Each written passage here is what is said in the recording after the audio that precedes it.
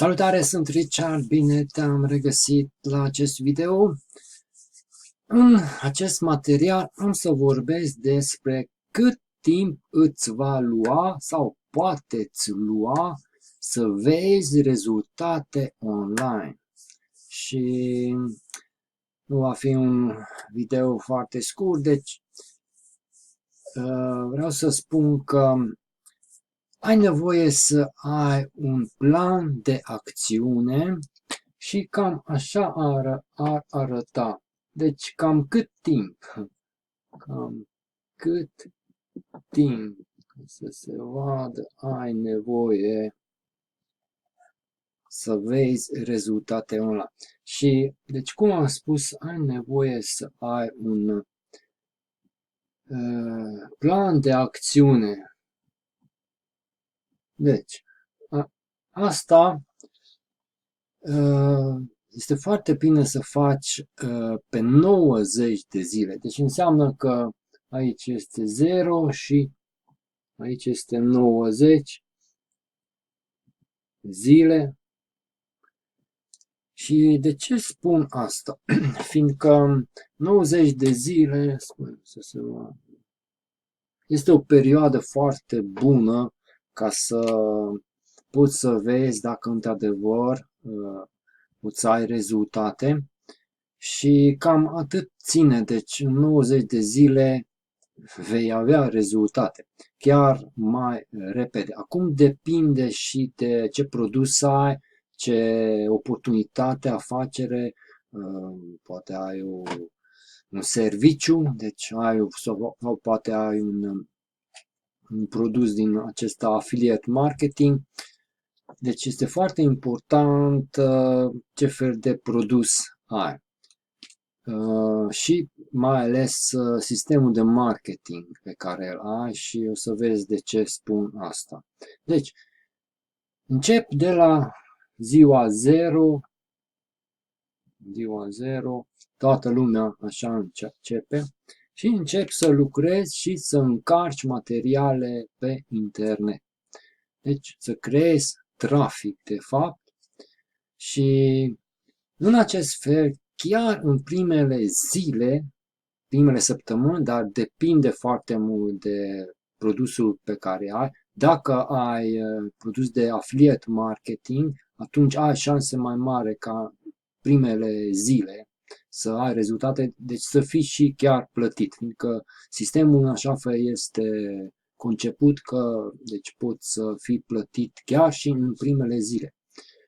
Și să faci 30 de zile în continuu, asta.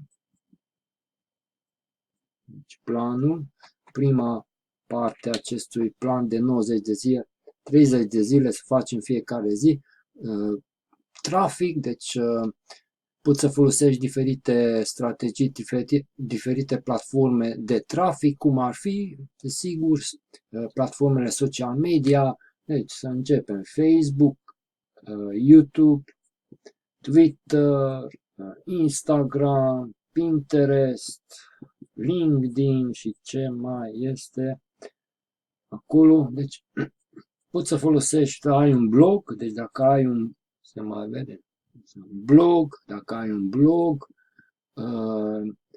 este acest site OXR, deci dacă vrei să postezi acolo, de exemplu ai un produs și postezi acolo și deci folosești toate în aceste 30 de zile.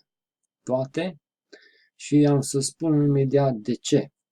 Fiindcă după ce tu ai ajuns la 30 de zile, să faci o evaluare, evaluare așa mai la rece, deci nu te uita la rezultate, ci uită-te de unde au venit rezultatele tale.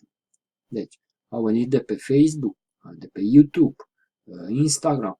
Deci, și aici vreau să spun că dacă tu ai și un sistem de marketing bun, vreau să spun că sub video-ul meu este ceea ce eu folosesc, este și un sistem de marketing, care îmi spune dacă am rezultatele de la Facebook, am de pe un blog, am YouTube, deci eu pot să controlez de unde îmi vin rezultatele.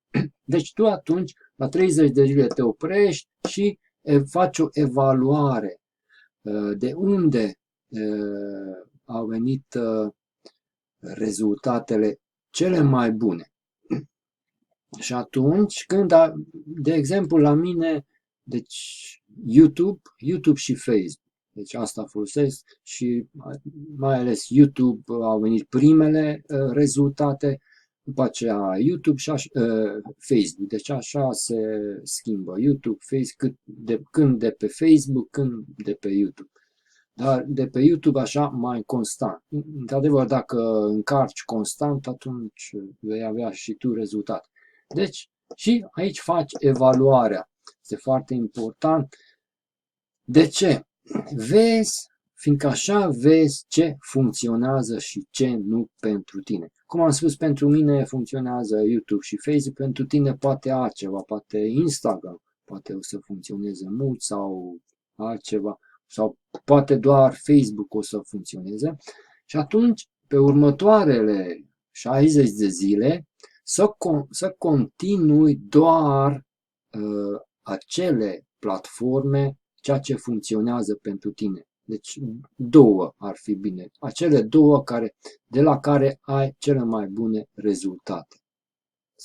Deci de aici încolo. De ce? Fiindcă nu merită să te folosești de platformele care nu îți aduc rezultate, doar care ți-au adus ceva rezultate și atunci să continui pe acele platforme să încarci materia. De exemplu, câte vânzări a avut, deci la 30 de zile faci evaluare câte vânzări a avut și unde ai avut cele mai multe vânzări, pe platforma aceea continuu.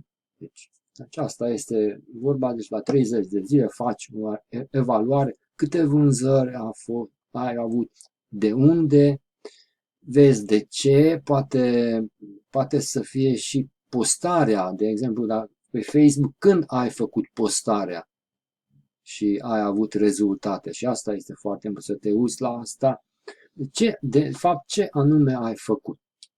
Și atunci folosești colectezi aceste date pentru tine și continui mai departe până la 90 de zile prin asta.